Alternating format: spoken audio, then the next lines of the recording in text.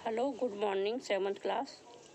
आज मैं आपको आपकी पाठ पुस्तक बसंत का 12th चैप्टर यानी 12वां चैप्टर कंचा पढ़ा रही हूँ। आप इसे ध्यान से सुने। वो है नीम के पेड़ की घनी छाँव से होता हुआ सियार की कहानी का मज़ा लेता आ रहा था। हिलते डुलते उसका बस्ता दोनों तरफ झूमता खनकता था। स्लेट कभी छोटी शीशी से टकराती तो कभी पेंसिल से। यूँ वे सब उस बस्ते के अंदर टकरा रहे थे, मगर वह कुछ ना सुन रहा था, ना कुछ देख रहा था। उसका पूरा ध्यान कहानी पर केंद्रित था। कैसी मज़ेदार कहानी, कोए और सियार की। उसने अपने स्कूल में कहानी सुनी थी और जब वो घर आ रहा था तो उसी कहानी में मग्न था। उछलता कूदता आ रहा था, जिससे उसके बैग के अंदर के सामान आपस में आवाज़ कर रहे थे, टकरा रहे थे एक दूसरे से, मगर वो उस कहानी के बारे में ही सोचता हुआ चला आ रहा था कि कैसी मज़ेदार यह कहानी थी। ठीक। सियार कोए, कहानी का आप सुना रहे हैं कहानी को। सियार कोए से बोला, प्यारे कोए एक गाना गाओ ना, तुम्हारा गाना सुनने के लिए तरस रहा हूँ। कोए ने गाने के लिए मुंह खोला तो रोटी का टुकड़ा जमीन पर गिर पड़ा।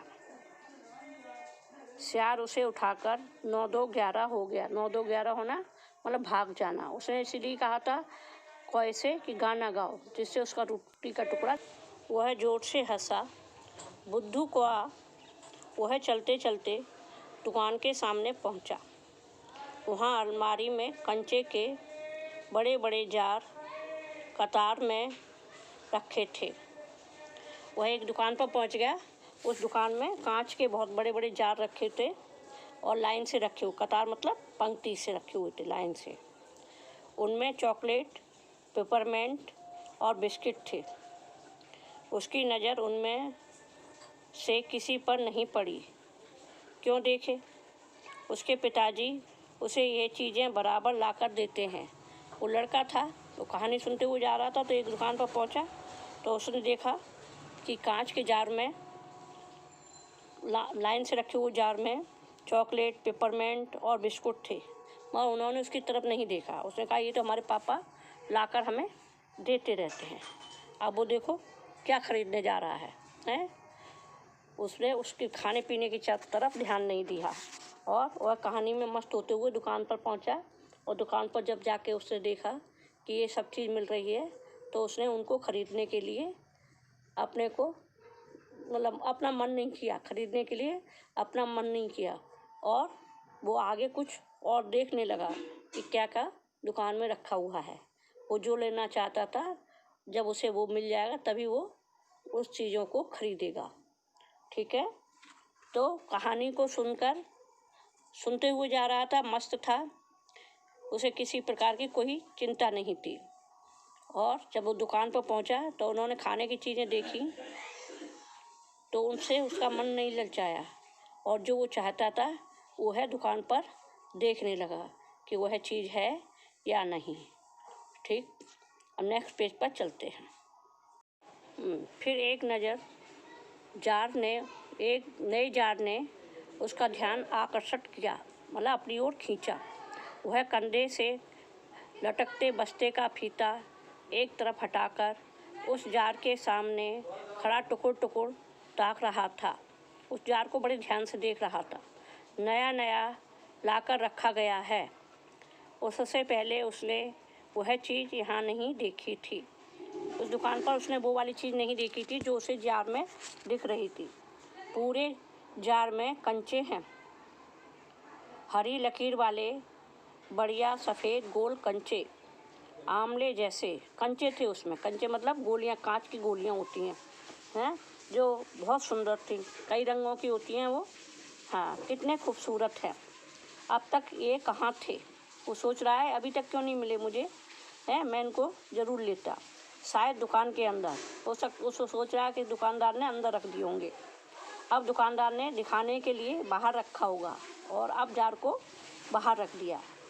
उसके देखते देखते जार बड़ा होने लगा। वह आसमान सा बड़ा हो गया तो वह भी उसके भीतर आ गया। हमारा वो कल्पना करने लगा, इस जार को तो मैं लूँगा, और देखते देखते जार बहुत बड़ा हो गया है और उसके अंदर उसके मन में उसको लेने की जिज्ञासा और बढ़ गई, यानी उसके भीतर समा गया। वहाँ और कोई लड़का तो था नहीं, फिर भी उसे वही पसंद था। कोई बच्चा नहीं था, मगर वो चाहता था मैं सारा ले लूँ। छोटी बहन के हमेशा के लिए चले जाने के बाद वह अकेले ही खेलता था। छोटी बहन कहीं चली गई थी तो वो अकेला ही खेलता था। वह कंचे चारों तरफ बिखेरता और मज़े में खेलता रहा। कंचे ले आया और तभी एक आवाज़ आई, लड़के तू उस जार को नीचे गिरा देगा। उस दुकानदार ने उसको टोका कि तू जार को नीचे गिरा दे, टूट जाएगा। वह चौंक उठा। जार अब छोटा बनता जा रहा था। छोटे जार में हरी लकीर वाले सफ़ेद गोल कंचे, छोटे आमले जैसे हैं। अब वो जार के बाहर आ गया, उसके भीतर समाया होता। अब वो बाहर देखने लगा तो जार उसे छोटा लगने लगा और उसमें सफ़ेद हरी रंग के कंचे दिखाई देने लगे, छोटे छोटे आमले जैसे। सिर्फ 2 जने वहाँ हैं, वह और बूढ़ा दुकानदार। दुकान पर कोई और नहीं था, वही दोनों थे, दुकानदार और वो। दुकानदार के चेहरे पर कुछ चिड़चिड़ाहट थी, वह गुस्सा हो रहा था मनी मन। मैंने कहा ना, जो चाहते हो वह मैं निकाल कर दे दूँगा। दुकानदार बोला, तुम्हें जो चाहिए मैं दे दूँगा। वह उदास होकर अलग खड़ा रहा।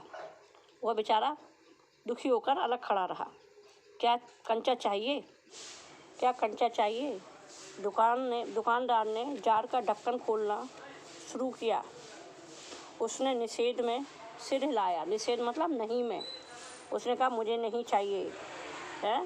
पता नहीं वो क्या ढूंढ रहा था है और पता नहीं क्यों दुखी हो गया और उसने मना कर दिया कि उसे कंचे नहीं चाहिए। नेक्स्ट पेज पर तो फिर सवाल खूब रहा, क्या उसे कंचे चाहिए? क्या चाहिए उसे खुद मालूम नहीं है। जो भी हो, उसने कंचे को छूकर देखा। जार को छूने पर कंचे का स्पर्श करने का एहसास हुआ। अगर वह चाहता तो कंचा ले सकता था, लिया होता तो। स्कूल की घंटी सुनकर वह बस्ता थामे हुए दौड़ पड़ा। उसे कंचे नहीं लिए, पता नहीं जार को छुआ और वो क्या चाहता था पता ही नहीं चला है। और स्कूल की घंटी बजी, तैसे ही वह बस्ता लेके दौड़ पड़ा। देर से पहुंचने वाले लड़कों को पीछे बैठना पड़ता है। उस दिन वही सबके बाद पहुंचा था, इसलिए वह चुपचाप पीछे की बेंच पर बैठ गया। वह स्कूल में देर से पहुंचा और उसका नंबर पीछे आ गया। जो देर से आते थे बच्चे, उनकी यही सज़ा थी कि वो चुपचाप पीछे बैठ जाते थे। सब अपनी अपनी जगह पर हैं। रामन अगली बेंच पर है, वह रोज़ समय पर आता है। तीसरे बेंच के आखिर में मल्लिका के बाद अम्मू बैठी है। हाँ, सब लोग अपने अपने लाइन पर बैठे हैं। एक लड़का है रामन, वो समय से आता है और आगे वाली सीट पर बैठा हुआ है। तीसरी सीट पर मल्लिका के बाद अम्मू बैठी है, लड़कियां भी बैठी हैं। जॉर्ज दिखाई नहीं पड़ता। एक लड़के का नाम है जॉर्ज, वो नहीं है।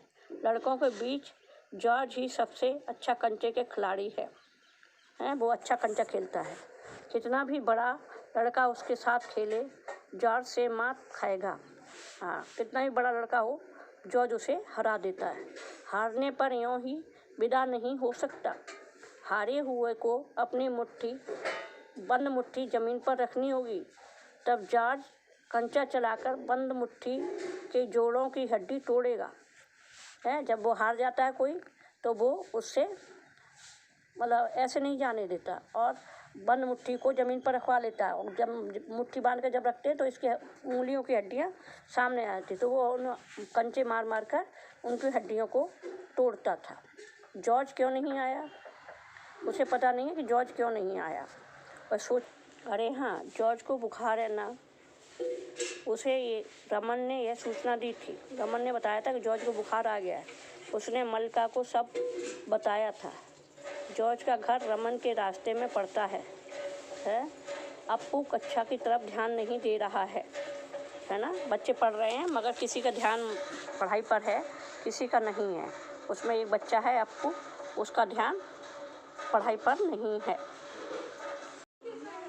हाँ, अब दूसरे पेज पर मास्टर जी। उसने हड़बड़ी में पुस्तक खोलकर सामने रख ली।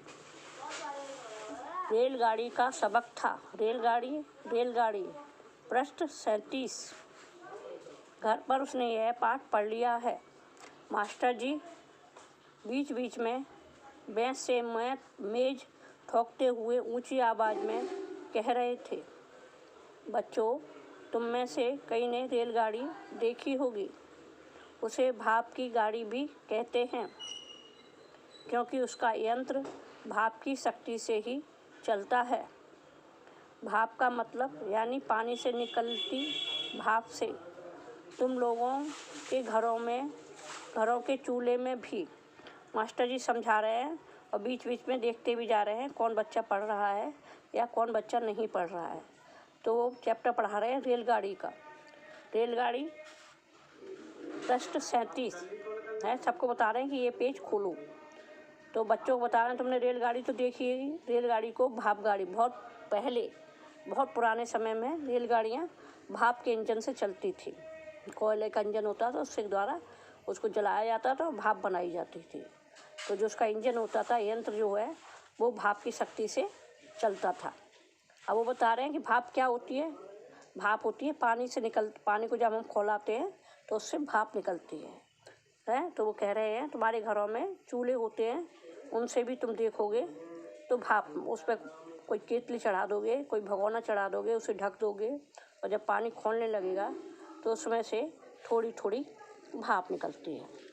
अप्पू ने भी सोचा रेलगाड़ी, उसने रेलगाड़ी देखी है। अप्पू सोच रहा है कि हमने तो देखी है रेलगाड़ी। चुप, यही रेलगाड़ी है। वह भाप की भी गाड़ी का मतलब है, वो भाप की गाड़ी का भी मतलब समझता है। मास्टर जी की आवाज़ अब कम ऊंची थी। वे रेलगाड़ी के हर एक हिस्से के बारे में समझा रहे थे। अब वो समझा रहे थे रेलगाड़ी पानी रखने के लिए खास जगह है, इसे अंग्रेजी में बॉयलर कहते हैं। यह लोहे का बड़ा पीपा है जिसमें पानी रखा जाता है खोलने के लिए, उसे बॉयलर कहते हैं। जो एक बहुत बड़ा कनस्तर होता है, पीपा होता है।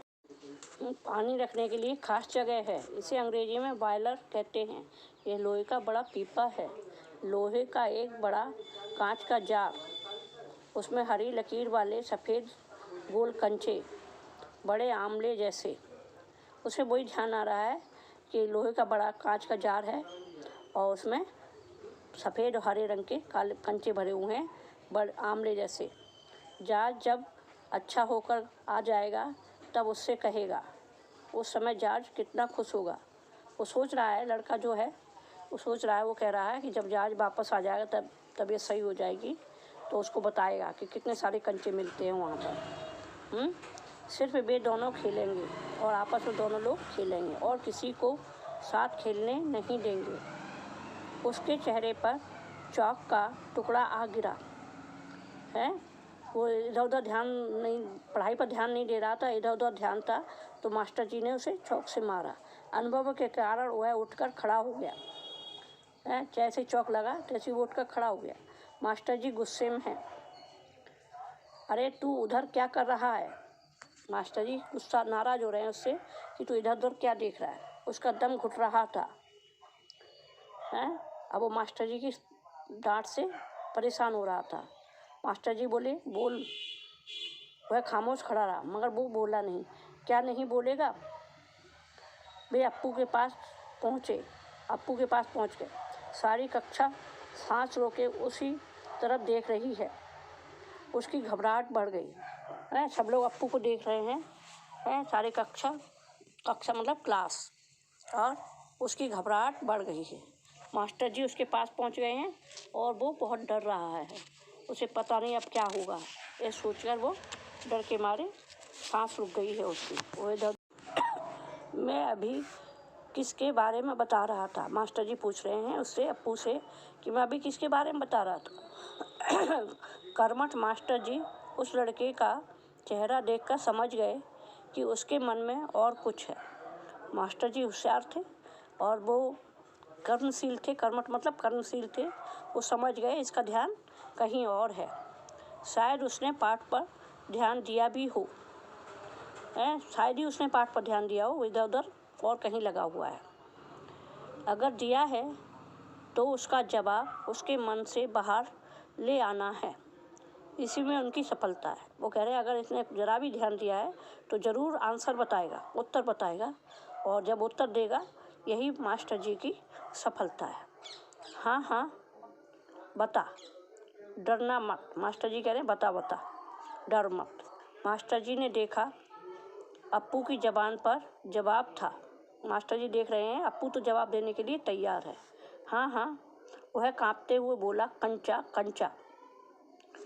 है वो उसके दिमाग में जो चल रहा था वही मुंह से उससे निकल गया। कंचा कंचा सुनकर वो सब पका गया है। मास्टर जी ने कंचा क्या होता है वो सब पका गया। कक्षा में भूचाल आ गया। मतलब उसके मुंह से कंचा शब्द सुनकर सभी लड़के डर गए कि आप क्या करेंगे। स्टैंड अप है, उसे खड़ा कर दिया। मास्टर साहब की आंखों में चिंगारियां सुलग रही थी। अप्पू रोता हुआ बेंच पर चढ़ा है। मास्टर जी बहुत नाराज हो रहे थे। पड़ोसी कक्षा की टीचर ने दरवाजे से झांक कर देखा, फिर सम्मिलित हंसी है। पड़ोस के लोग भी झांक कर देख रहे थे कि क्या हो रहा है, और सब लोग हंस पड़े। रोकने की पूरी कोशिश करने पर भी वह अपना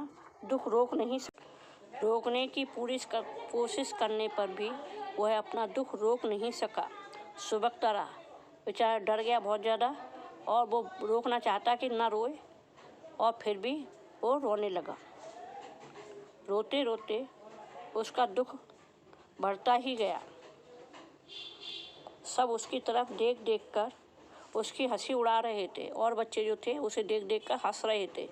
क्या मज़ा आ रहा है ना। जैसे क्लास में होता है, एक बच्चे पर डांट पड़ती तो और बच्चे हंसते हैं। रामन और मल्लिका सभी हंस रहे थे।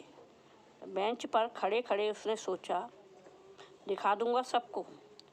उस समय तो चुपचाप मन में सोच रहा है कि एक दिन ऐसा आएगा मैं भी सबको दिखा दूंगा। जॉर्ज को आने दो, जॉर्ज आ जाए हैं। जॉर्ज जब आएगा, जॉर्ज के आने पर वह कंचे खरीदेगा। इसमें से किसी को वह खेलने नहीं बुलाएगा। तो ये बच्चे खड़े हुए हैं, उनमें से किसी को नहीं बुलाएगा। जॉर्ज और वो खुद खेलेगा।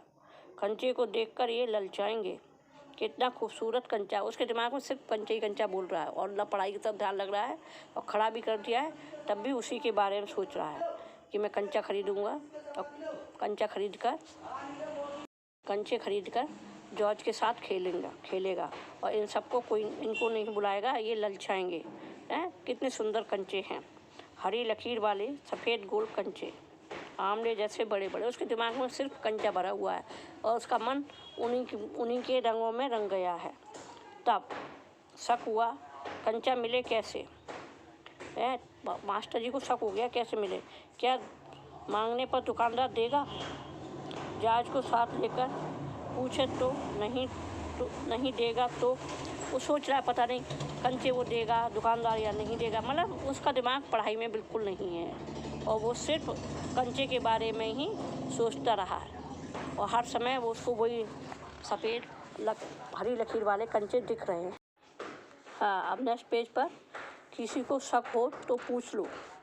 मास्टर जी कह रहे हैं कि अगर किसी को शक हो तो पूछ। मास्टर जी ने उस घंटे का सबक समाप्त किया। उनका पीरियड हो गया और उन्होंने सबक मतलब पाठ को ख़त्म किया। क्या किसी को कोई शक नहीं है?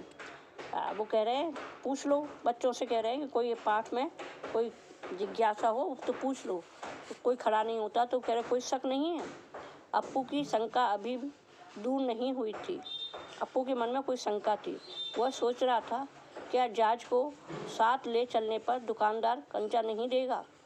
वो हर समय कंचे की बात सोच रहा था कि देगा या नहीं देगा, है कैसे खेलेंगे, अगर ख़रीदना ही पड़े तो कितने पैसे लगेंगे है, उसी के बारे में हर समय सोच रहा था। रामन ने मास्टर जी से सवाल किया और उसे सवाल का जवाब मिला। रामन जो लड़का था वो पढ़ना चाहता था, पढ़ने में सही था, तो उसने मास्टर जी से सवाल किया और उसको जवाब मिल गया। अम्मणी ने शंका का समाधान कराया। अम्मणी ने भी कोई मन में संदेह था उसको पूछा। कई छात्रों ने यह दोहराया, आपको क्या सोच रहे हो। जब मास्टर जी चले गए तो बच्चों ने पूछा, क्या सोच रहे हो। मास्टर जी ने पूछा, पूछ लो ना, शंका क्या है। मास्टर जी फिर भी कह रहे हैं कि पूछ लो, कोई मन में बात हो। वो समझ रहे हैं इसके लड़के के मन में कोई बात है, शंका जरूर है। क्या जॉर्ज को साथ ले चलने पर दुकानदार कंचे देगा। उसके मन में वही शंका है कि जॉर्ज जाएगा तो क्या कंचे हमको मिल जाएंगे। वह सिर्फ कंचे के बारे में सोच रहा है कि दुकानदार कंचा देगा या नहीं दे, नहीं तो कितने पैसे लगेंगे, क्या 5 पैसे में मिलेगा, 10 पैसे में। वो उसी के बारे में दिमाग लगा रहा है। क्या सोच रहे हो है। मास्टर जी ने पूछा, क्या सोच रहे हो। पैसे, उसके मुंह से वो पैसे वाली बात ही निकल गई। क्या, कितने पैसे चाहिए है। मास्टर जी ने पूछा, मास्टर जी सोच रहे, समझ गए ये लड़का कहीं इसका दिमाग कहीं और है, तो वो कह रहे कितने पैसे चाहिए, किस लिए। वह कुछ नहीं बोला, किस लिए चाहिए, कितने चाहिए, वो मगर कुछ नहीं बोला। हरी लकीर वाले सफ़ेद कंचे, गोल कंचे उसके सामने फिसलते गए। वो उसके बारे में ही सोचता रहा, मगर मास्टर जी को उसने कुछ नहीं जवाब। मास्टर जी ने पूछा, क्या रेलगाड़ी के लिए। मास्टर जी अपना पहाड़ पढ़ाए थे, उसी में मस्त थे। उन्होंने, क्या रेलगाड़ी के लिए पैसे चाहिए। उसने सिर हिलाया कि नहीं, उसके लिए नहीं चाहिए, बेवकूफ़, रेलगाड़ी को पैसे से नहीं खरीद सकते, अगर मिले तो उसे लेकर क्या करोगे। मास्टर जी समझा रहे हैं कि तुम बेवकूफ़ हो, रेलगाड़ियों को पैसे से नहीं खरीदा जा सकता है, और अगर मिल भी जाए तो उसको लेकर हम क्या करेंगे, कैसे चलाएंगे उसको है, वो तो सरकार की अमानत होती है। मास्टर जी ये नहीं समझ पा रहे थे इस लड़के के मन में क्या चल रहा है, और वो हर उत्तर कंचे को लेकर ही दे रहा था। पहले कंचा मुंह से निकल गया, फिर पैसे के बारे में सोच रहा था कि 10 पैसे का आएगा या 5 पैसे का आएगा। जॉर्ज को लेकर जाऊंगा तो देगा दुकानदार या नहीं देगा, मना कर देगा तो क्या होगा। मतलब सारा दिमाग उसका एक कंचे के पीछे ही घूम रहा था। वह पढ़ाई की तरफ बिल्कुल ध्यान नहीं दे रहा था।